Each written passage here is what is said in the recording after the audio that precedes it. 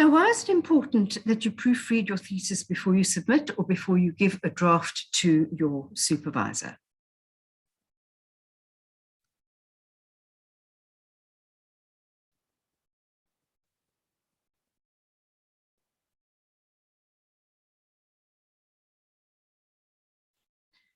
Sloppiness in writing drives your supervisor and your examiners crazy, and it can affect your marks, especially during examination. This is because all the attention then goes to the typos and the little mistakes that you've made, and it removes attention from your content, from your scientific content. Unfortunately, bad grammar and silly mistakes indicate bad practice and a mediocre student. Because your thesis is a scientific document, you're expected to be precise and correct. And remember that a quality document is much better than many, many pages of error-ridden document. Now, the difference between proofreading and editing is as follows. Editing looks at the bigger picture, at the coherence, the logic of your argument, the structure, and the style of the thesis. So when you edit, you identify faults within the bigger picture, and then you revise. When it comes to proofreading, this is the micro process, the little errors, errors in spelling, errors in punctuation, errors in spacing, and so on and so forth. So when you proofread, you look for mistakes and correct. Both are inextricably intertwined. So when you move big chunks of text around in editing to enhance the flow, you'd have to proofread to see whether any micro mistakes have come in. And when you proofread, you'll have to look at the editing once again to see whether, if by changing a grammatical error, you actually have not changed the meaning of that sentence or paragraph. So once you edit, you need to proofread, and once you proofread, you need to go back to the editing phase. 4 thoughts on proofreading. Firstly, you must know what your thesis style requirements are and whether you are following the university structure and requirements. Ensure you're working on the most up-to-date version of your thesis before you start proofreading. Now, don't think that is stupid or a silly thing to say, because it's happened to me. I have proofread an earlier version of a document, and after I got halfway through, I realized, hang on, I have actually done this before. And I then realized I was working on a previous document and not the up-to-date one, so I'd wasted time. I suggest you proofread as you go along, because it's easier to main focus for briefer periods of time and for fewer pages. But remember, proofreading is an ongoing process. Many of my students say, I'll only proofread at the very end because then I know that everything is together and then I can pick up the silly mistakes. It doesn't work that way, because by the time you're at the submission stage, whether it's draft or final draft, draft to your supervisor or final draft, the work becomes so overwhelming that you lose focus. Proofreading is extremely tedious, so don't leave it to the end. And what I suggest you have is a little rule book where you make mistakes. So in the very first sections, when you start proofreading, you'll pick up usual mistakes, like you don't give a capital F to your figure, or your spacing between headings and subheadings. You need to make a note to say there have been 2 line spaces before a subheading and 1 line space after a subheading. So make sure you have those rules in as well. And you can always consult with them when you go to different sections of your dissertation. Focus on one aspect of the thesis at a time, and I suggest you first scan for the usual suspects. Ensure all the tables and figures are correctly inserted and referred to in the text. Cross-check citations with those in the reference list and your reference list with the in-text citations. Make sure the headings and page numbers are consistent in your table of contents and list of figures and list of tables. So cross-check that the page numbers are correct. And always remember, tables have headings above the table, figures have captions below the figure. Thereafter, you can focus on coherence and formatting and punctuation problems. Make sure and look out for consistency of terms. If you talk about samples throughout. Don't change it for samples and then you say specimens, then you say analytes, and you say testers, you go back to specimens again, because the reader becomes confused. They think you're talking about 4 different things when you're just referring to one thing. I spoke about spacings. Be consistent about your spacings above and below headings. And make sure your sentences are explicit and unambiguous. And I'm going to show you a rather silly example here. A man on a hill with a telescope. But this could have 5 different meanings, all of which are covered by I saw a man on a hill with a telescope. I'm not going to read through them. I suggest you pause, read through them, and then you'll understand why this is a very ambiguous sentence. Screen proofing versus the printed page. Which is better? I find screen reading quite difficult. And people who have done scientific studies on screen proofing and reading on the screen have tracked eye movements. And they've discovered that when you read on a screen, you read in an F fashion. So you go all the way across the screen for the first line. And then with every subsequent and sequential lines, you don't go all the way along, but you read less and less and less, so that ultimately, at the very bottom, you've only got a very small leg. So you've got a long leg at the first sentence, and it reduces to a very small leg at the bottom. And if it becomes very exhausting, you only look down on the left-hand side of the screen, and you miss what is on the right-hand side of the screen. So they say you scan rather than read. Whereas when it comes to reading on paper, you read in a Z fashion. You all know that. Your eye skips all the way to the end of the sentence, zigzags back to the next one, and the next one, and the next one. The tendency is, scientists tell us, who've done research on this, that you miss part of the middle part because your eye jumps in chunks of text across. So you do miss middle part. I prefer scanning and proofing on the printed page. I find it easier to catch errors. I find it more comfortable in my eyes, but for you as a younger generation, it might be easier for you to do it on the screen. I recycle discarded print pages so I don't waste paper. What I do when I proofread, I mark all the mistakes straight away. I don't leave anything behind because I will forget. And then once I've done about 5 pages, I will go back to the screen, to the document on file, and correct everything, tick it, and then I'll go on to the next 5 pages. It's important to proofread in comfort, because if you're in an inconvenient place, it'll distract your attention from what you're supposed to do. But for heaven's sake, don't get too comfortable. Don't proofread in your bed, because you are most probably going to fall asleep. In order to proofread successfully, you have to distance yourself from the text, because your brain fills in lexical gaps. Your brain hops across the text, and very often words which you have omitted, your brain will not pick that up. Your brain also skips what is perceived as non-essential information, like double words, where you've repeated it, or things like the, or is, or little words like that. The additional problem is that you are so familiar with your writing, you go onto autopilot and you miss out on errors.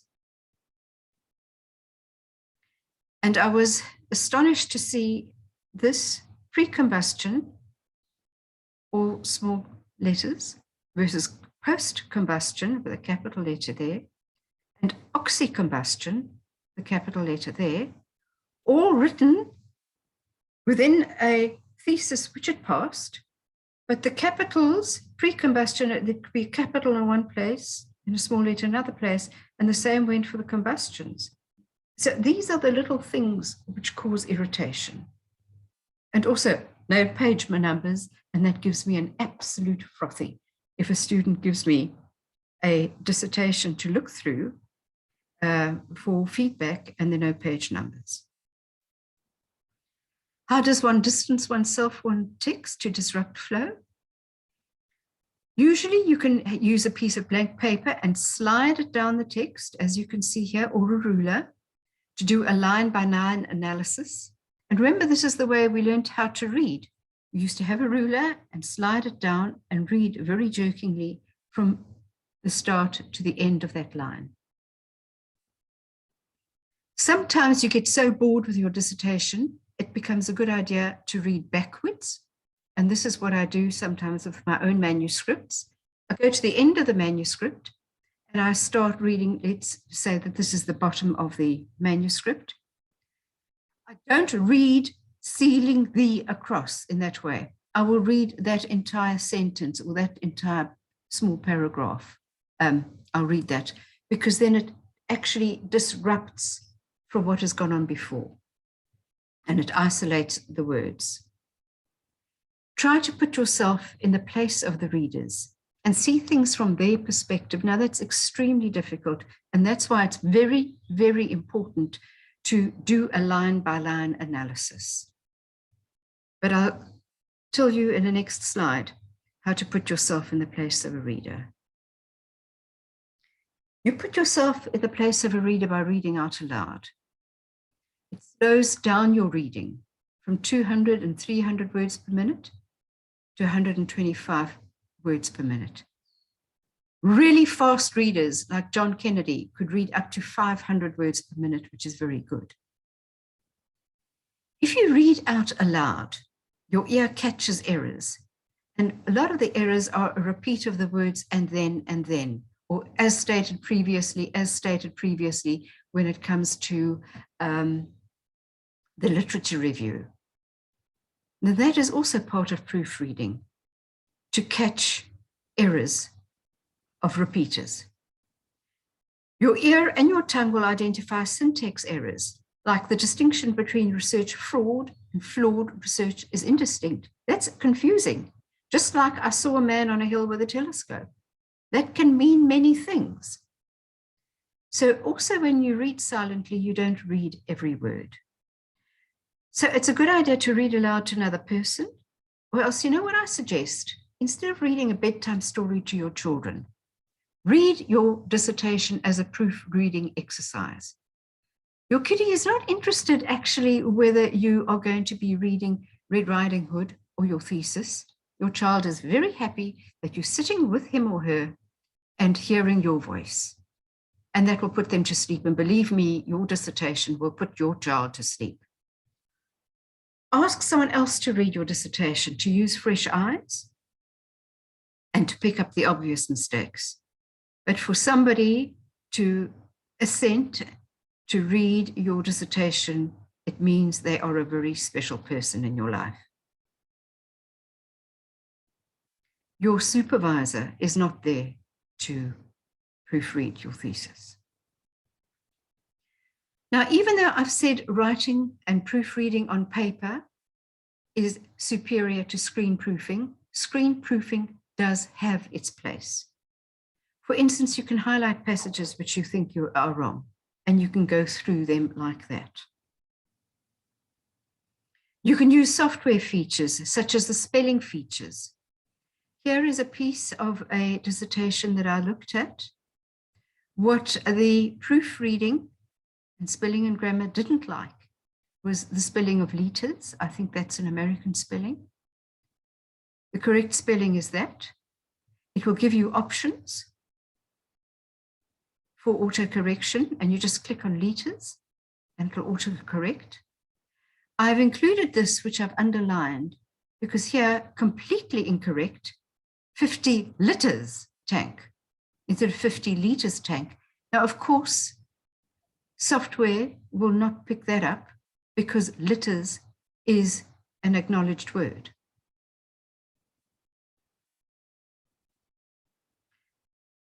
Spelling and grammar also, it'll highlight a feature where there is something incorrect. And here, table 2 has got 2 commas behind it. It's picked that up. And it's given a little zigzag in green. Here's the grammar pop-up. It's picked up 2 with 2 commas. And there's the correct, what it thinks is correct. You can either ignore it or ask it to change. If you click on change, it will automatically correct that.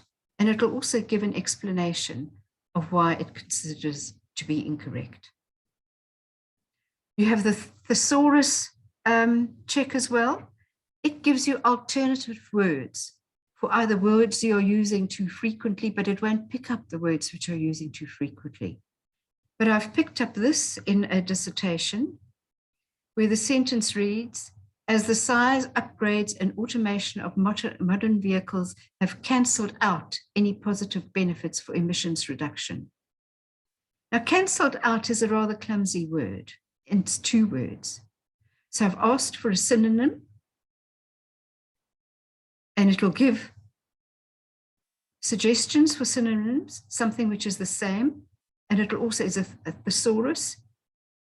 If you're unhappy with these options, click on thesaurus, and it'll give you an expanded thesaurus.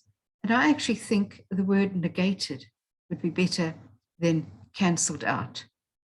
The use of modern vehicles have negated any positive benefits for emissions, but it gives you options and it improves your word use. Track changes are absolutely loath, but some of you love it. But they will correct a draft without destroying the original. But track changes are certainly not for me. I don't like that at all. But it's very wonderful. You can accept the track changes or you can use whatever you want to, but I get confused. Comparing 2 documents is also a lovely software feature. And remember, all these features you can get under review. What it does here, it will call up the original document and the revised document, and then display them side by side on your screen. And it will pick up any changes, and it will then, you will then be able to edit and compare. But can I suggest you just practice first, because it can get very confusing once you have the 2 documents on either side. And if you don't know what you're doing, you could end up with a big mess. So use the compare facility as well to check your revised documentation and your proofreading. I like print preview because I will reduce the document to the smallest amount.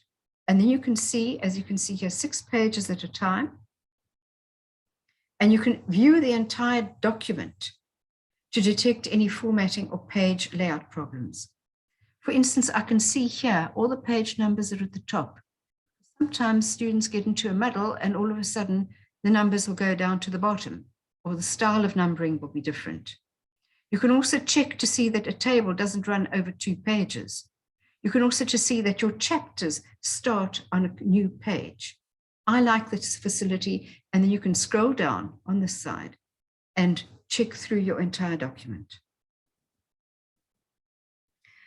So using software features, in summary, it is a useful proofreading tool, even though I don't quite like proofreading on a screen. You can use the checking facilities, but it's not foolproof for grammar and punctuation. The thesaurus is very useful, but it is limiting for engineers, so have a dictionary with you. And you can use the highlight feature if you think there's something wrong with a sentence, and you can always go back later with your fresh mind, whether it's a computer or a pen.